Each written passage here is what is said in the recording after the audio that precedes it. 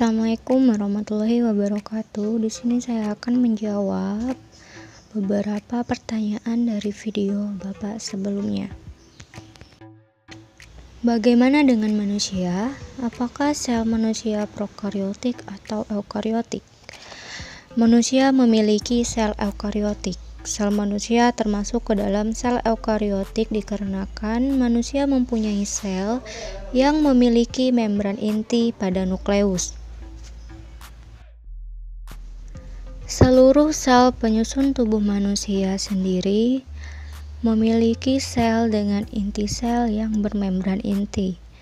Sel bermembran inti ini tidak hanya ditemukan pada sel otot, melainkan juga pada sel tulang, sel pankreas, sel mata, hingga sel gamet. Selanjutnya adalah penyakit pada sel, yaitu kanker sel plasma. Kanker jenis ini merusak tulang, sistem kekebalan tubuh, ginjal, dan juga jumlah sel darah merah. Gejala yang ditimbulkan yaitu nyeri tulang, sering terasa di punggung, pinggul, bahu atau tulang rusuk, tulang lemah hingga mudah patah atau fraktur. Gejala anemia, sering infeksi atau infeksi yang tidak kunjung sembuh.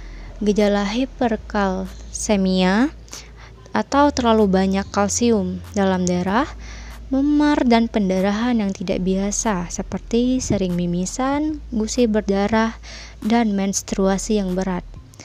Tanda-tanda masalah pada ginjal seperti mual, kehilangan nafsu makan, penurunan berat badan, dehidrasi, dan sebagainya. Yang terakhir ada gangguan sistem saraf tulang belakang. Untuk penyebabnya, hingga saat ini penyebab multiple myeloma belum diketahui secara pasti. Namun, para ahli meyakini bahwa multiple myeloma atau kanker sel plasma ini muncul dari sel plasma sumsum tulang yang mengalami kerusakan. Kerusakan terjadi akibat adanya DNA yang bermutasi pada sel-sel plasma. Dalam beberapa kasus, multiple myeloma berawal dari kondisi medis yang disebut dengan monoclonal gammopathy of undertale united significant atau MGUS. Selanjutnya adalah teknologi stem cell. Apa itu teknologi stem cell? Stem cell atau sel punca pada dasarnya adalah sel yang belum berdiferensiasi secara sempurna. Diferensiasi sel sendiri adalah hal penting karena proses ini akan membuat stem cell berubah menjadi sel dewasa seperti sel darah, sel otot, hingga sel saraf. Penggunaan stem cell untuk pengobatan telah dimulai sejak tahun 1960 oleh peneliti dari Kanada yaitu Ernest A. dan James E. Mereka mulai meneliti stem cell setelah menemukan fakta bahwa sel sumsum tulang dari mencit mampu berdiferensiasi menjadi berbagai jenis sel. Hal ini menjadi bukti kuat dari potensi penggunaan stem cell. Kemudian pada tahun 1968, seorang dokter dari Amerika bernama Robert A. Good berhasil mencatatkan sejarah setelah berhasil melakukan operasi transplantasi sumsum tulang belakang pertama di dunia. Transplantasi ini dilakukan terhadap seorang anak yang mengalami defisiensi imunitas sehingga sering sakit-sakitan dan umurnya diprediksi tidak akan panjang. Dan setelah operasi transplantasi sumsum tulang ini berhasil dilakukan, anak yang menerima donor dari saudara perempuannya itu pun akhirnya bisa hidup normal hingga sekarang. Setelah keberhasilan Robert A. Good, penelitian dan penggunaan stem cell semakin meningkat. Stem cell sendiri bermanfaat untuk menyembuhkan penyakit yang sulit disembuhkan, mendapatkan pertumbuhan dan perkembangan sel-sel baru yang sehat pada jaringan atau organ tubuh pasien, menggantikan sel-sel spesifik yang rusak akibat penyakit atau cedera tertentu dengan sel-sel baru yang ditransplantasikan. Selanjutnya untuk pertanyaan, benarkah sistem imun tubuh kita dapat menyerang sel-sel sehat pada tubuh? Penyakit autoimun terjadi jika sistem kekebalan tubuh menyerang sel-sel sehat dalam tubuh. Padahal sistem kekebalan tubuh seharusnya menjadi benteng bagi tubuh dalam melawan penyakit dan sel asing seperti bakteri dan virus. Penyakit kelainan kekebalan tubuh ini bisa berdampak kepada banyak sekali bagian tubuh seseorang. Saking banyaknya, tercatat ada 80 jenis penyakit autoimun dengan sebagian gejala yang sama. Hal ini membuat seseorang sulit diketahui apakah derita gangguan ini atau tidak, dan pada jenis yang sama. Sementara penyebab dari penyakit autoimun juga masih belum dapat dipastikan. Selanjutnya adalah beberapa jenis penyakit autoimun.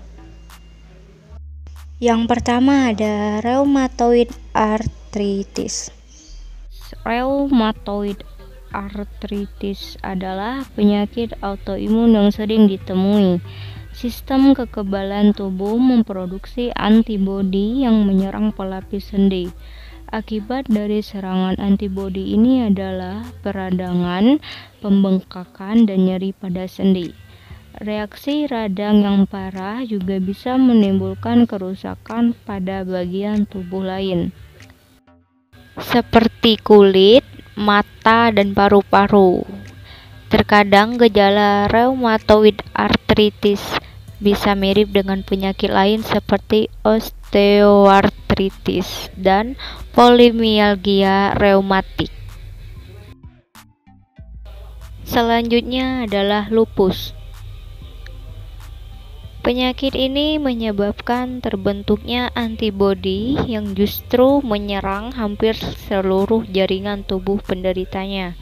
Beberapa bagian tubuh yang paling sering diserang adalah sendi, paru-paru, ginjal, kulit, jaringan penyambung tubuh, pembuluh darah, sumsum tulang, dan jaringan saraf. Lupus yang menyerang sumsum tulang dapat menyebabkan anemia aplastik.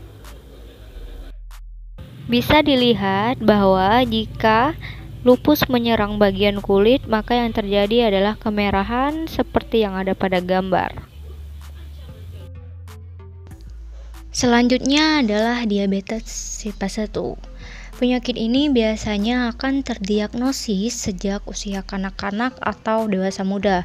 Penyakit diabetes tipe 1 disebabkan oleh serangan sistem kekebalan tubuh pada sel-sel pankreas yang memiliki tugas memproduksi insulin. Hal ini menyebabkan terganggunya produksi insulin sehingga tubuh tidak mampu mengontrol kadar gula darah. Jika hal ini tidak dihentikan, maka beresiko menimbulkan kerusakan pada berbagai organ seperti ginjal, mata, otak, jantung, atau pembuluh darah.